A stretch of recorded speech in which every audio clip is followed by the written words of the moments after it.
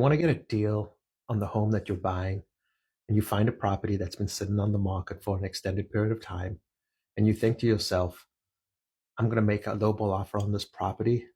I'm going to give you the top 7 things that you need to consider before you actually make that offer. So the first one is, how long has that property been on the market?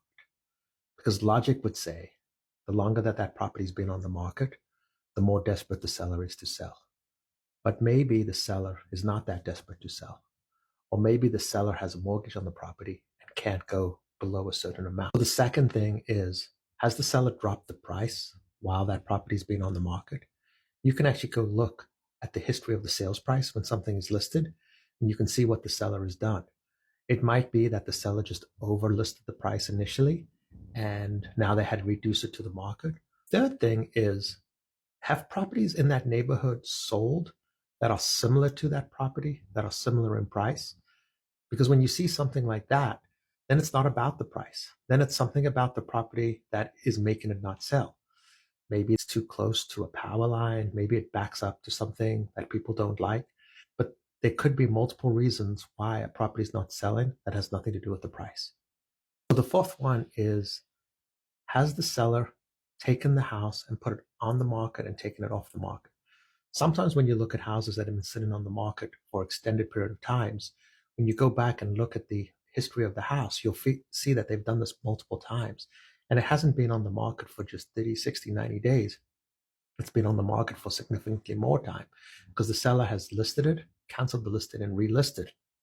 And then it also tells you something in terms of what the seller's thinking. Maybe they're chasing a number, or maybe they're just testing the market. The next thing I would look at is, has the seller switched agents during the process? Sometimes when a house doesn't sell, the seller will blame the agent. And it could be a simple issue as the agent just didn't market the house correctly, or it could be that something that where the seller is just difficult and the agent wasn't able to manage that situation or convince them to take a lower price. So when you see sellers and agents switch out and a house has been on the market an extended period of time, you should for sure start asking questions about that. 6 is, how long has the seller owned the house? Has he owned the house for 6 months, a year? Did he buy it? Is it a property that he's trying to flip? Or has he owned this house for multiple years and he has a ton of equity in the house and he's just chasing a number? And the last one is taking a look at who the seller is. Is the seller a person? Is it an estate?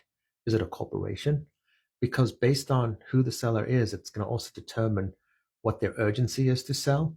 And somebody that maybe doesn't have a personal interest in the house is going to be much more reluctant to lower the price, and maybe we'll just wait it out.